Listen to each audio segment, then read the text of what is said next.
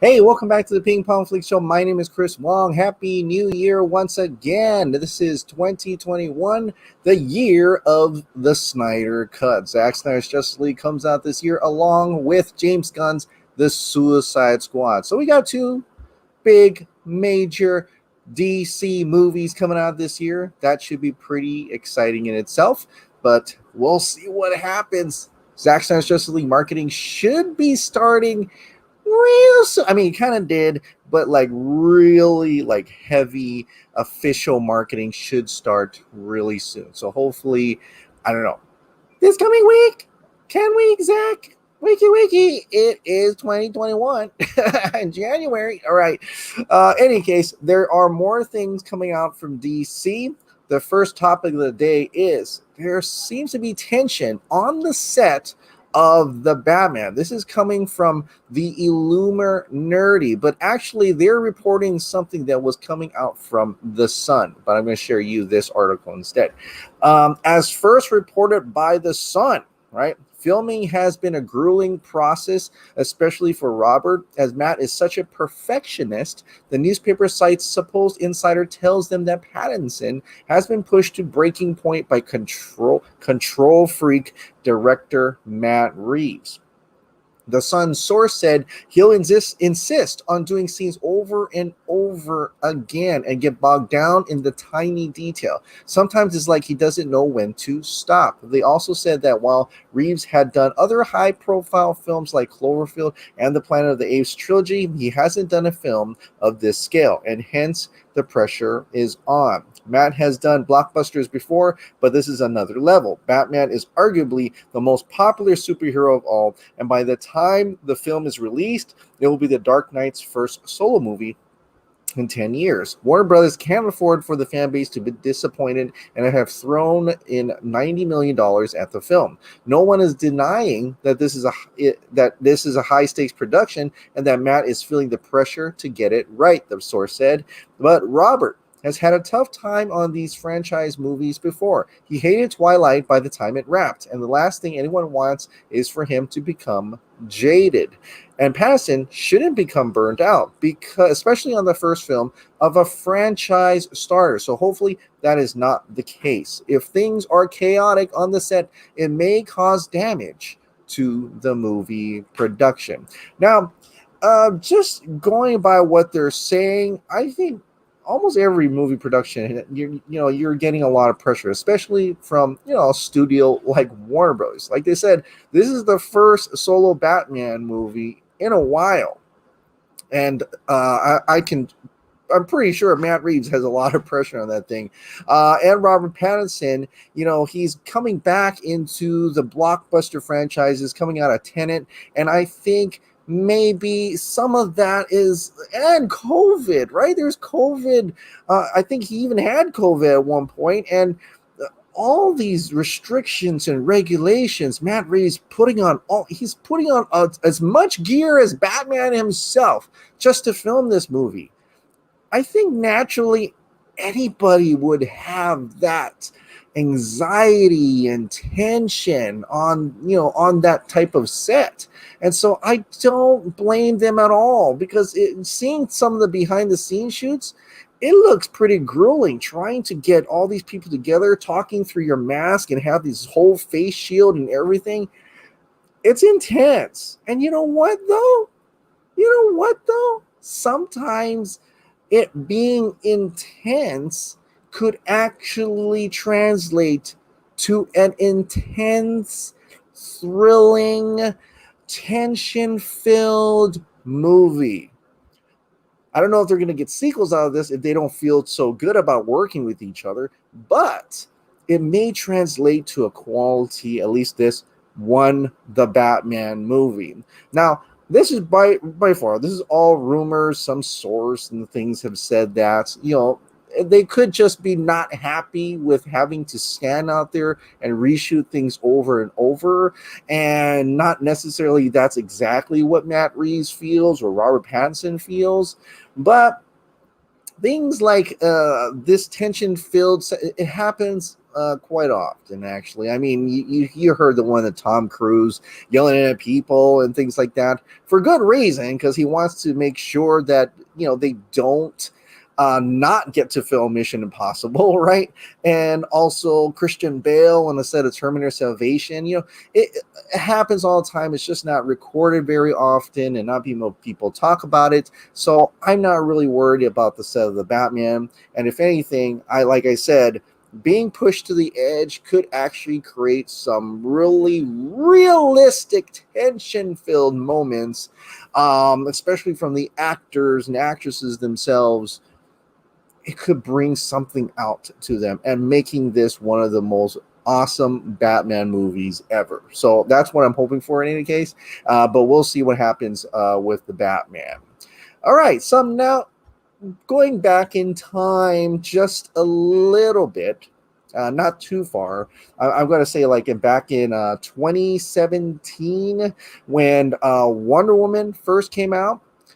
Patty Jenkins reveals her original Wonder Woman ending, right?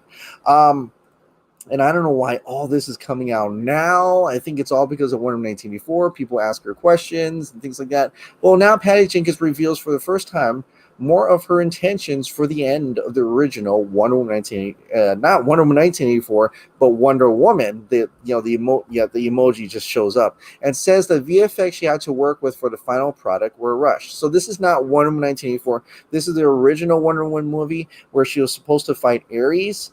Well, get this, right? So while she's spoken about the ending of the film several times before, noting that Warner Brothers forced her to change it on the recent WTF podcast, Jenkins discussed it in more detail with host Mark Maron and spoke more about her original vision for the ending for her 2017 box office hit superhero film.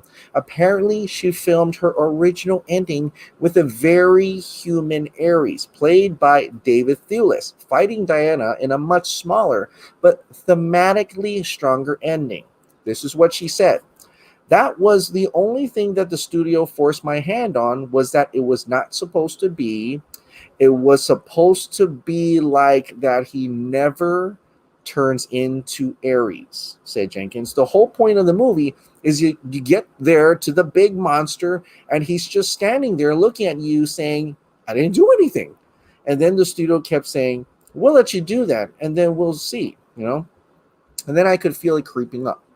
And then at the last minute, they were like, you know what? We want Ares to show up. And I was like, God damn, we don't have time to do that now. And nope, you got to do it, right? They told her, you got to do it. So, of course, when the film was released, people went to the now famous refrain about the film's ending being the worst part of an otherwise solid superhero film. And reading those reviews, knowing that it was a studio mandate, doesn't sit well with Jenkins. She said this. So it pisses me off now because sometimes I'll read the reviews and the only thing we unanimously got some SHIT about was that end pyrotechnics, she explained. It's like the fans always say, DC always does this, and the truth is it was them. The studio did make me do that, and it wasn't right, but that's okay. So she goes on to explain she was okay with the changes in the end, but thought the VFX were too rushed, were done in too short of a time frame, and the last act suffered because of it. Sometimes people say, I really love the movie except for the VFX in the end. And I'm like, I know. And I ended up being at peace with what we did, she admitted. Of course, unfortunately, Wonder Woman 84 is very divisive now. But thinking about Wonder Woman, the first one right now, I gotta admit, I enjoyed it from beginning to end. I actually do like the over the top third act battle, because it very much felt like another Doomsday fight, and showing her large, awesome powers. But at the same time, it does really connect to, because Wonder Woman 84, she seemed less of a god in her fight, in her beginning mall fight, and more of just a how she was in the beginning of Wonder Woman. So maybe she wasn't supposed to have a lot of those powers, and that's what happened. Now, the ending that she explained, where she would just talk to Ares, And Ares would explain that I didn't do any of this because, war is war. This is what happens with man and things like that. That would actually kind of, in a way, actually make sense because all of a sudden when they defeat Ares, everybody just dropped their guns, right? You see at the end, they're like, okay, we're all good. And the war is over. And so it was like a kind of a magical thing instead of more thematic, a message that Patty Jenkins wanted to deliver. So I don't know. But I'm wondering if it actually did come out, would audiences be like how they are now with Wonder Woman 1984? They don't want her Wonder Woman to talk out. They want that bigger final battle. It seems so hypocritical how a lot of these critics are saying we want that big battle, but it was such a downer of all she did was talk to him, when that's exactly what they got in the first one, and they were criticizing the first one for that.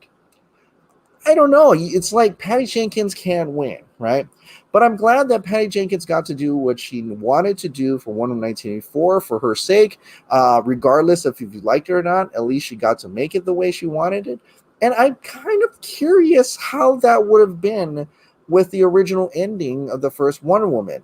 I'm wondering if it would tie together well, and I think it would, with that thematic, not such of a big VFX ending. And I'm wondering how people would have reacted to that. So it makes me wonder what her themes are and what she's thinking about for Wonder Woman 3. I don't think she's going to change. I think she's is still going to keep, the themes about justice. I think that's what she kind of hinted at. And I think it's going to have an ending that's very similar to like Wonder Woman 1984 and what she originally wanted for the first Wonder Woman film. I don't think she's there. She's not really wanting a visual, large spectacle of a movie as you've seen Wonder Woman 1984. I think Wonder Woman 3 will probably be the same thing. So let me know. Let me know down in the comments. Do you want to see Patty Jenkins do Wonder Woman 3, or would you like someone else to take on the reign? But at the same time, do you appreciate that she got to make the movie that she wanted to make? Like, not many directors get to do that. And would you like to see the first ending for the first Wonder Woman movie? I want to. Yeah, hell, might as well. It's already out. She said she shot it. Release the Jenkins cut or the Patty cut. All right. But in regards to Wonder Woman 1984, it's still doing very well in theaters. In fact, it already hit $100 million worldwide. This is coming from comicbook.com. Hits $100 million worldwide at the box office. So people are indeed still going to theaters to watch this thing. Yes, it hit the 100 million at the second weekend. On a normal era, no COVID, I think it would have already hit 100 plus on that first weekend. But because of COVID, there's not a much percentage. I think it was like 39% of theaters were open, and that's even at limited capacity because you can't sit next to each other. So I think if it was a full swing, like a real theater, without COVID and things like that, I think it would have done really well. But it's hitting really well on HBO Max as well, so that's awesome. It sounds like this is a sure winner. It sounds like Warner Bros. Is very much going ahead with Wonder Woman 3, so that's exciting in itself. All right, now let's get on with a certain character and actor who wants to come back in some type of fashion, and that is Jared Leto. Apparently, he wants to release the Ayer cut of Suicide Squad as well. This is coming from comicbook.com, but it was an interview he had with the Variety Awards Circuit podcast. So in regards to the Ayer cut of Suicide Squad and David Ayer, he said this: I would love for him to be able to work on that and make the film of his dreams. It's always hard when you make these movies because it's such a pressure cooker. There are so many decisions that have to be made in a short amount of time. My hat's off to the directors, the producers, and the studios. It's not easy. He also added, you never start with something that's perfect. It's a race to try to make it as good as you can in a short amount of time. And having another swing at things, I'm sure we all can use that. So that is very interesting. His comments about that. It doesn't.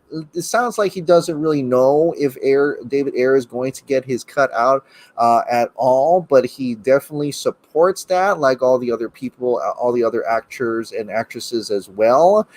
So that is good.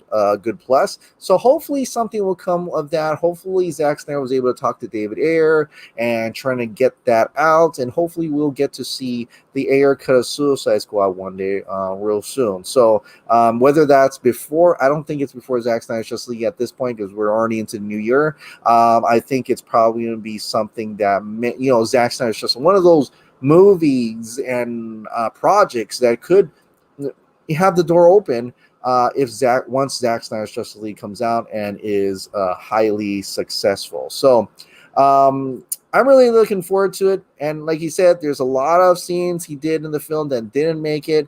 I'm looking forward to that.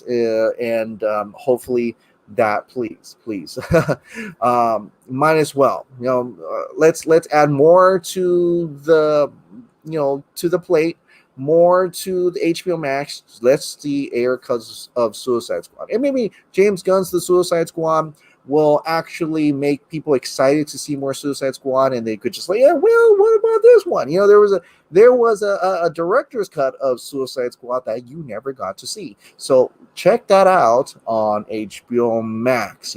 Some kind of way of just, in a way, I don't know if we confuse people or not, but I don't think so. I think it will be a great way to just like help each other out in some type of fashion. So let's continue on with Jared Leto, though. Jared Leto also said something else, and this is on the playlist, and it's some really cool tidbits about Zack Snyder's Justice League. So the final question, will Leto reappear as the Joker in the HBO Max Snyder Cut version of Justice League? The actor was vague and refused to confirm. He said this, I may or may not be in this, I've heard the rumors too, he said coyly. We'll have to let Zack Snyder confirm or deny that one. When pressed about whether he shot some scenes, he answered much the same. I may or may not have shot something with Zack, but I love him. He's just a maverick and an incredible filmmaker. We get along great and have great chemistry. Perhaps tellingly, he says, I look forward to working with him again in the future. We have lots up our sleeves, Zack and I. Again, you say? Well, how about that? Again. What could again be? What do you and Zack have up your sleeves that goes beyond what you guys shot in Zack Snyder's Justice League? Very curious indeed. Now, there are a couple things here. I truly think the Ayer cut is definitely going to come out after Zack Snyder's Justice League. That's like I feel like that's going to happen regardless. But Joker has a scene in Zack Snyder's Justice League, and from what I understand, a lot of that nightmare scenes are like flash forwards or something, or someone's vision or something like that. And it could mean that we will definitely see more of that vision, and those ragtag team that take on Darkseid and Nightmare Superman will be have much more of a presence in Justice League 2 or 3. So definitely I feel this is what he's trying to say, that once Zack Snyder's Justice come out and if it's successful, him and Zack, they've talked about it. They are going to come back and do more. And I also heard from what Daniel RPK was telling, and Dave the Film Junkie confirmed, that Jared Leto wants to film that scene where he kills Robin. So that may be part of the nightmare future as well. That's something they could definitely explore as well. I don't know. Could it be, and you know what, just to be a little bit outside the Snyder Cut box, it could be, working with Zach on like Army of the Dead spin-offs and prequels and stuff like that, just like how Zach's working Joe Manganiello. So that's not out of the realm of possibility. But for the sake of DC, I think it's exciting to think that, we may get to see Jared Leto with more Joker, as Joker in either David Ayer's cut of Suicide Squad, Zack Snyder's Justice League 2 and 3. And Zach did mention he's going to talk to David Ayer about some stuff that's on the list of things that he wants to work on. So there may definitely be more. I'm just saying there may definitely be more, and I'm really excited. But I still think Zack Snyder's Justice League is definitely that gate, that solid Jurassic Park door that needs to open, and with all successful, then it can open the door with all these other projects that may come out of this potential new Snyderverse. So restore the Snyderverse and keep expanding if you can. So that's pretty awesome indeed. All right. Well, that is it for today. Let's get on with the Ping Pong Flix members' comments and questions. Like I said, if you want to place a comment or question in the comments, and if you could just make it like about this much on my screen so I can read it all, and then we can, get through the members' comments a little bit quicker. For the video, that will be awesome, and I would truly appreciate it. All right, so let's check it out. So join down below as a member to ask me a question or a comment, and I'll read it on the next video. The first one comes from Eric Blake. Happy New Year, Chris. Should old acquaintance be forgot and never brought to mind? Should old acquaintance be forgotten and days of odd long sign? What do the words all actually mean? I have no idea. But you probably, I'll save that for someone who probably would know better. But thanks for the question, and thanks for that trivia question. Paro, Happy New Year. You sounded just like Oprah. Let's keep fighting to restore the Snyderverse. We can make it happen. Us united. You get a Snyder cut. You get a Snyder cut. You get a Snyder cut. But that's awesome. Thank you, Amparo. Happy New Year to you as well. Francis Louis Rayla. Hi, Chris. I love both Warrior Wonder Woman and Emissary of Peace Wonder Woman, but seeing this screen grab pic of Wonder Woman versus Steppenwolf with her shield and sword, we definitely need this brutal justice from Wonder Woman. It's still possible for her to embody love while being this badass warrior goddess. P.S. I hope Wonder Woman 84 is the last attempt of Warner Bros. To Marvelize DCEU. Oh, HBO Max content wish list. Limited series. Cheetah Saga continuation. That's interesting. Snyder's Krypton, Doomsday Attack, maybe Brainiac as the big bad, then jump to Man of Steel 2. Wow. Batman versus Deathstroke, maybe League of Assassins Connection, Joker and Harley, series about how they feed each other's craziness, that they brought havoc to Gotham, culminating to Robin's death. I hope Zack Snyder considers Jason Todd. Proper Birds of Prey. I think Black Canary can handle a solo series. The actress is really good though. So wow, I love that wish list. I'm gonna have to agree with that. I love to see what you got there. Snyder's Crypt I've never thought of. That would be pretty epic. Yeah, I would love to see maybe more Doomsday Attacks, a little bit more of the culture and lore of Zack Snyder's Krypton. I think that would be pretty fantastic. And although I'm gonna say that I think Journey Smollett, she can actually, she could probably handle a solo series. I mean, she kind of took Lovecraft Country and made it her own. I think she was the standout character in the Lovecraft Country series, more so than anybody else in there. Like if I'm remembering, I can remember her scenes, and if I'm my attention, once she comes on screen, my attention is fully on her. So I really do believe that she could probably handle a solo series. And it's my opinion, but I love that list right there. All right, from the next video, this is the It's Up to You video. So I'm actually going in out of order here, but that's all right. Flo's Film Couch. Awesome video, Chris, as always. Oh, and Happy New Year, everybody. It's a 4:40 o'clock here in Bavaria. Germany, so I'm already in ZSJO year. Well, we all are now, but thank you for that comment. And yes, happy new year to you, Flo's Film Couch. We are definitely in the year of the Snyder Cut. How awesome is that? We don't have to say it's next year anymore. It's like this year. In fact, in a few months. Cosney, Happy New Year, sir. I wish health and happiness for you and your family. Keep up the good work for 2021, and may the tinfoil of wishes come true. It's going to come true. Come on. The power of the tinfoil can still happen. It can still work.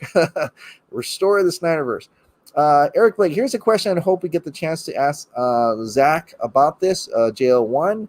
Dare we hope for Lawrence Fishburne's Perry being in the film? I don't know. After all, while it seems like the additional photography was all just a nightmare thing, even if it was, Dave has noted that Zach and Harry Lennox probably filmed Martian Manhunter's intro quick and under the table. At the very least, something about the reported Perry White scene implies that Fishburne's part of the scene could be filmed in a very familiar way. So to reassure ourselves, let's ask Zach, is Lawrence Fishburne's Perry White in the film? And you know what? I could, but he is more tight-lipped now, unless he, literally just reveals it himself on Vero. But for the most part, if you ask him, he's going to be probably very tight-lipped now as we get closer and closer. He doesn't want to ruin the surprise. Geek Haven Jan 86. Let's get this bread. Also looking gangster, that tinfoil hat. Restore the Snyderverse. Thank you so much, Geek Haven. Still shout out thanks to Russ Barnes. If it wasn't for him, seeing him at the SnyderCon events, at the Art Center, the Director's Cut events, I wouldn't have met him, and he wouldn't have gave me the hat, and I wouldn't have gotten that hat over to Zack Snyder to sign. So that's awesome. Thank you so much, Russ Barnes, for that. The power is really powerful. If you let me know if you want it back. Eric Blake, if Andy Muschietti's Flash film starts shooting in April, the question now becomes if Ray Fisher will have his planned role in the film. The issue, of course, is Hamada. The question, will Kylar and Sarnoff find Hamada more vital to keep around than Ray? I would contend that the answer is no, because of the Snyder Cut, Joker, etc. I would wager they will move Hamada back to New Line or whatever, take him off DC without going through the public scrutiny from firing him. The question then becomes, will all this happen in time for Ray to have his role in the Flash film? Place your bets. Oh, that's very interesting. Well, they're going to film Flash next month, right? Not next month, I'm sorry. This April. I think that was the news that I talked about the other day. So I don't know about the Flash, but Hamada is interesting. I'm going back and reading that article, New York Times article. It's very, I don't know. I mean, when you read it over and you hear them say that, which, the Snyder Cut, Zack Snyder's Justice League, which has trended and had more noise than any other DC film ever for something that has never been released yet.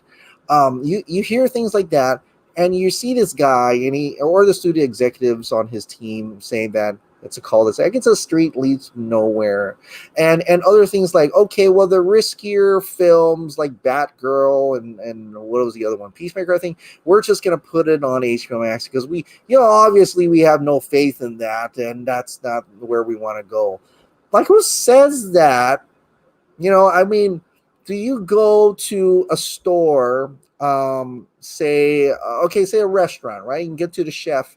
And the chef, because I'm in food service, so chef, and he has a dishes. He has all these awesome dishes because he's so proud of making these dishes, right? He's got this, I don't know, garlic shrimp, whatever, garlic scampi something, and some type of beef Wellington or whatever. And would he say, like, I wouldn't have the garlic shrimp, because, that's a little riskier. So, that could be an appetizer. But here's my beef Wellington, right?